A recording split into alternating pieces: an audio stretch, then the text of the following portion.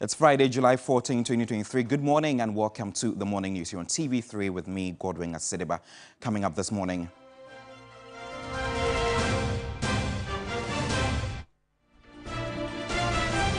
In the bulletin this morning, Speaker Alban Babing directs for a 7-member committee to be formed to probe a leaked tape in which the removal of the IGP was discussed.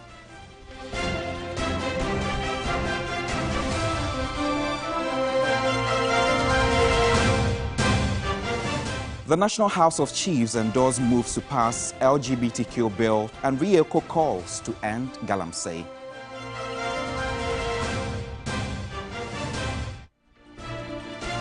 Ghana Refugee Board joins national security to deny UNHCR report that Ghana is forcefully repatriating Burkinabe refugees seeking asylum in the country.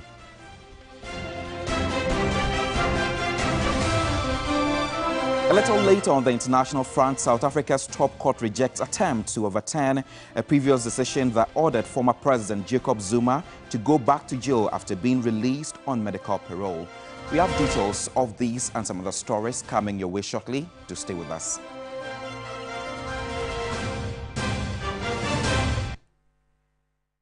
You can find us on DSTV channel 279. We're also streaming across the world on Facebook at TV3 Ghana. Do join us with your thoughts and comments. Let's take the details now. An Accra High Court Human Rights Division has dismissed an application by Reverend Victor Kusi-Boateng, a.k.a. Kwabena Edu Jemfi, which sought to restrain the Member of Parliament for North Tongue Samuel Okudzeto-Ablakwa from discussing him in relation to the National Cathedral project. So you recall that the Reverend Victor Kusi-Boateng, or Kwabena Edu Jemfi, went to court seeking to gag me. He sought a restraining order that I should not be allowed to continue with the parliamentary oversight I was carrying out, and also that I should not engage in further publication of the findings from the oversight that I had conducted relating to his conduct in the whole National Cathedral scandal. So this is a vindication of what I did put out earlier. It's a clear confirmation, and Reverend Victor Kusi-Boateng, Kwabena Edu Jemfi, whatever the true identity is, he should be immediately resigning from the National Cathedral Board of Trustees, or the president should fire him. He has absolutely no business remaining on that board. And this judgment gives me further impetus to continue with the investigations and the publications and the parliamentary oversight that I'm carrying out. And I'm particularly excited that this will have a positive bearing, obviously, on the conflict of interest petition at Shraj, because what this means is that I did not put out falsehood, or I didn't fabricate when I said that he is one and the same person.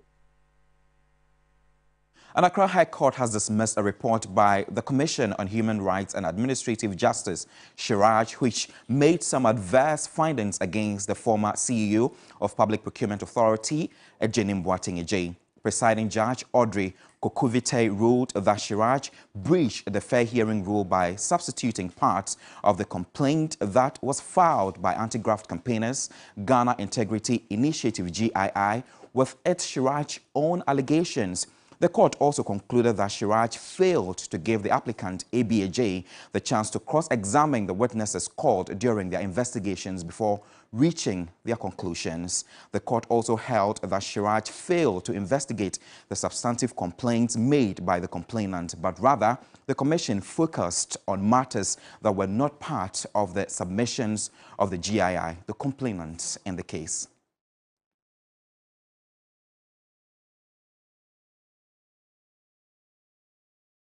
The Veterinary Services Department is organizing a 2-day national rabies prevention campaign between today, Friday, July 14, and Saturday, July 15, 2023. The campaign is to help control the rising number of rabies cases in the country.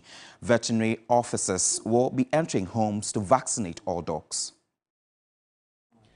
Ghana recorded 153 suspected cases of rabies and 10 deaths in the first 2 quarters of 2023, according to the Ghana Health Service.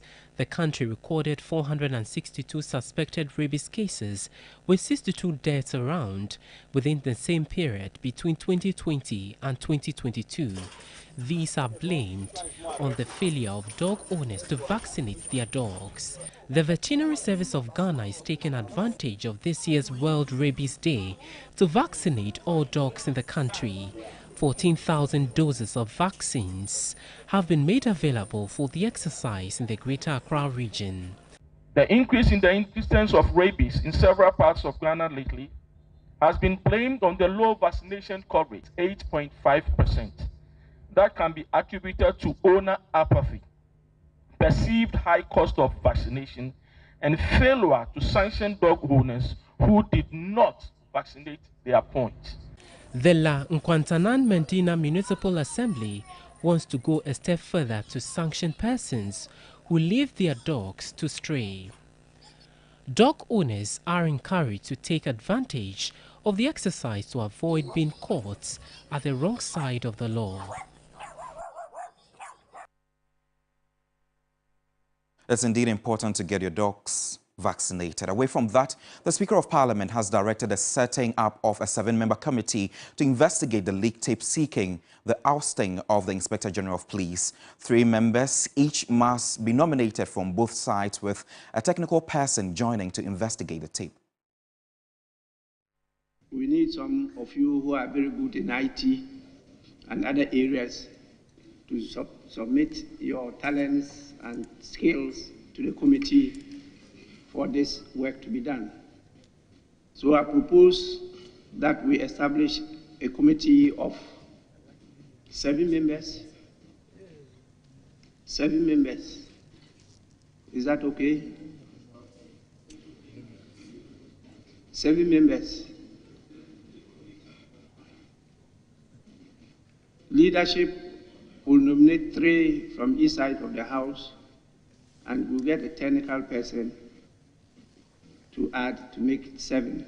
That's why I'm calling it a special committee, so that you investigate this matter and then submit your report. So I await the nominees from the 2 caucuses, 3 each, and then a technical person will also be nominated to assist the committee in its investigation and report to the House. I so direct. Leadership, please, within 1 week, we should get the names submitted. Because I know you have to meet your caucuses and make some consultation. Within 1 week.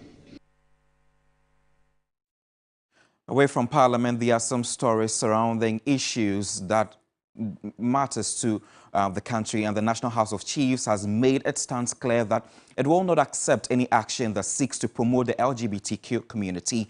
President of the House, Ojiahohoya Ojebi II, said the Ghanaian culture frowns on same-sex marriages and related practices, adding that they would not allow any person or group to advance that cause.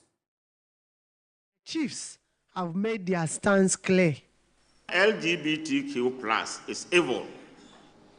We, the chiefs and our subjects, declare that we will not allow any group to propagate any cause, conduct, or behavior called LGBTQ+ or similar, be it man marrying man or woman marrying woman, or in any other form in Ghana.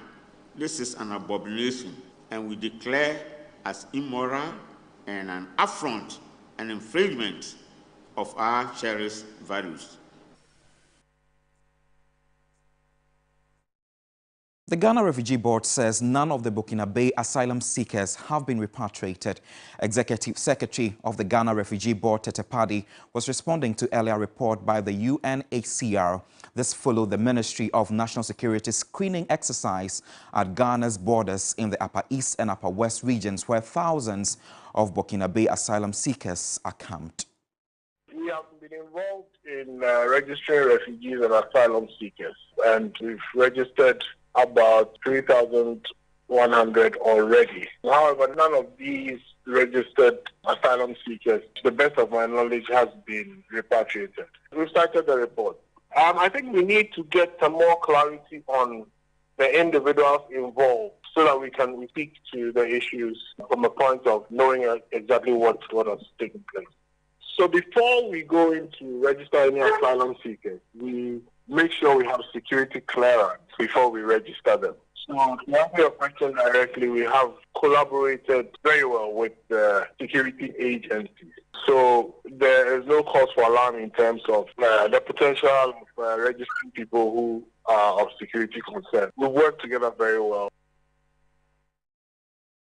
Now to a rather sad story, President Akufo-Addo joined family and people from all walks of life to mourn the passing of Ghanaian author Ammay Tedu at her burial service at the forecourt of the State House in Accra.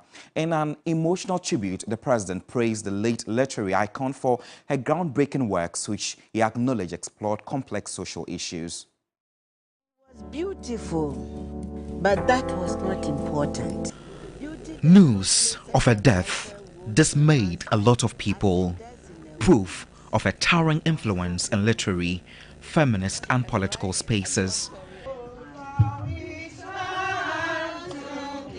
It was a solemn ceremony at the forecourt of the State House to bid farewell to a prolific author and former Ghanaian education minister, Ammay Tedu, who passed away on May 31 at the age of 81. President Akufo-Addo, in a tribute, described her as an outstanding writer and women's advocate. The community of writers has lost one of its greatest members, one who will be extremely difficult to replace.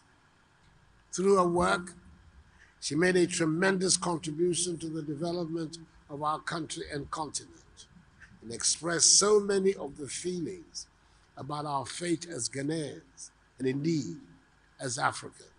Former President John Dramani Mahama acknowledged her significant contributions to Ghanaian academia. She's one of our most famous writers. We've all known her as kids growing up reading her works, but my closest encounter with her was when I published my own book, my first coup d'etat. And she came for the launch and then also visited my house where we held a reading party. She was a very strong character and stood for women's rights and so also for the African personality. She was Ghana's foremost writer, and her distinguished career spanned several decades. Her literary contribution places her among the generation of African female writers of the post-independence era. She spoke the truth. She stayed as a Ghanaian, an African, and someone who never wavered in her journey. Her remains will be conveyed to Abiajik Chiako for the final funeral rites on Saturday, July 15.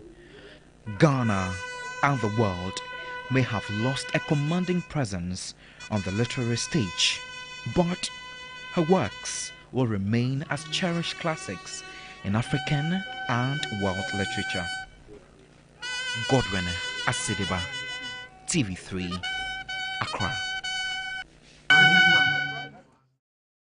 May her soul rest in perfect peace. Away from that, the National Peace Council is urging Ghanaians to change their attitude to promote a positive image of the country.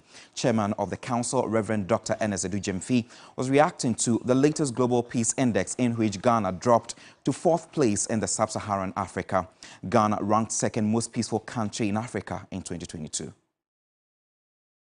There are some factors from the report that looks at low crime rate, robust education and welfare systems, fair pay salary for workers, virtually non-existent tension among the economic class, political stability, freedom of the press, and increasing political division among the populace.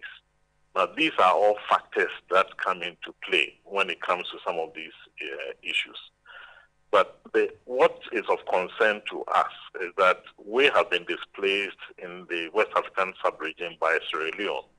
And if you look at all the things that we put in place in Ghana as compared to Sierra Leone, we should have been way higher than where we are now.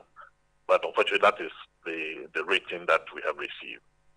But besides all these things, The other thing that we have to look at is the fact that sometimes some of these things come up as perceptions, and we need to be mindful of what we do and how we do certain things.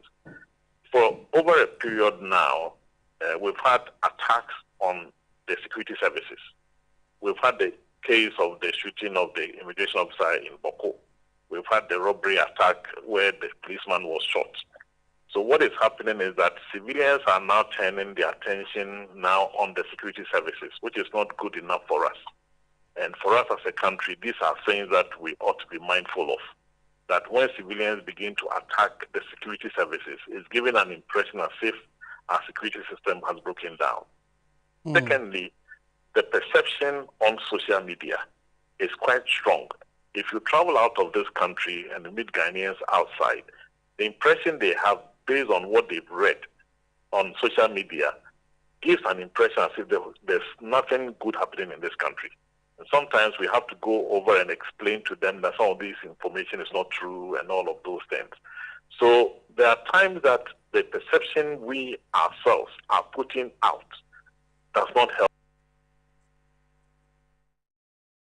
More on this particular story. Ghana has dropped to 4th place in sub-Saharan Africa in the latest Global Peace Index, GPI. In the 2022 index, Ghana was ranked 2nd most peaceful country in Africa. Ghana ranked 51st as the most peaceful country in the world per the 2023 Global Peace Index, down 8 places. Sub-Saharan Africa recorded a slight fall in peacefulness in the 2023 GPI, with the average country score deteriorating by 0.57%. Ghana is ranked the 4th most peaceful country in Sub-Saharan Africa, seeing a decline of 0.014. The most peaceful country in the Sub-Saharan African region is Mauritius.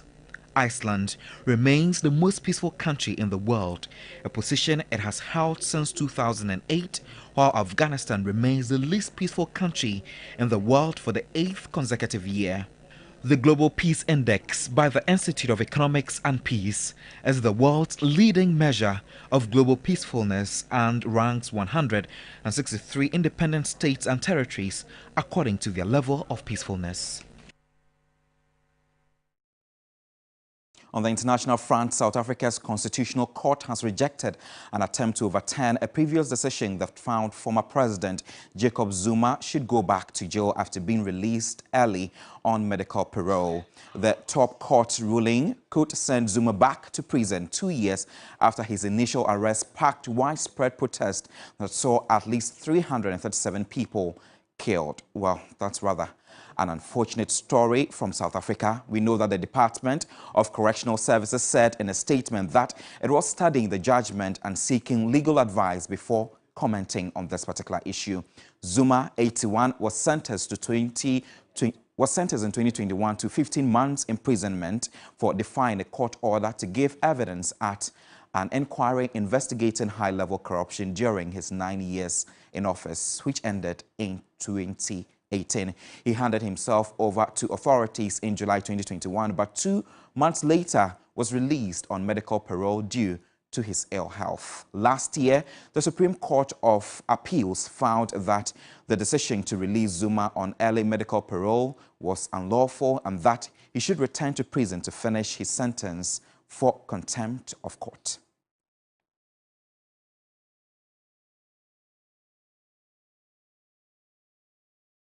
You can find more of this and other stories if you log on to 3news.com. My name is Godwin Asidiba. The show continues with Roland Walker. Good morning. Good morning, Godwin. How are you? I'm fine, thank you, sir. Great. How are you? Yeah. Are there any other documentaries you're working on? Yes. The latest one is My Period Is Not a Shame. Recently, we saw a number of people picketing at Parliament because there are some taxes on sanitary pads that they want them removed. They claim that it is a natural circumstance in women and that the stigma that surrounds it, the increment in parts should be scrapped. So they actually submitted a petition to the Parliament, the Speaker of Parliament, Alban Babin, who also made a statement on the floor of Parliament saying that he didn't know how such taxes were imposed on sanitary pads, Okay. and you know it will be reviewed soon and all of that. So we actually focused on a village somewhere in Techiman where girls in school still use rags as sanitary pads, and some of them will have to miss school in a week to stay home because when they soil themselves in classrooms, they are being mocked and all of that. So yeah, it's a complete story that talks about stigma, the increment on sanitary pads, and the education surrounding it. My period is not a shame. Yes. I really love your titles to the document. How do you pick them usually? I mean, if you're working on a story, one, you would need a catching title, something that will trigger someone to want to watch it. So if you say my period, and you know, I like to humanize my story. So if I say my period is not a shame, every lady can relate to such a title. Well, certainly. We'll be waiting for that. And thank you, Godwin Asediba, with the latest of news highlights on TV3 New Day. We also do encourage you to get interactive. We have Facebook, Twitter, Instagram, YouTube, where we're all streaming. And we encourage you also to add the hashtag to all your messages, TV3 New Day. As we do that, let's go through what we have this morning. And we know that, a bill has been passed into law in Parliament that will enable Ghana to be in a position of cultivating cannabis that falls within the required thresholds of the THC levels on industrial basis. Now, what are the implications for this? What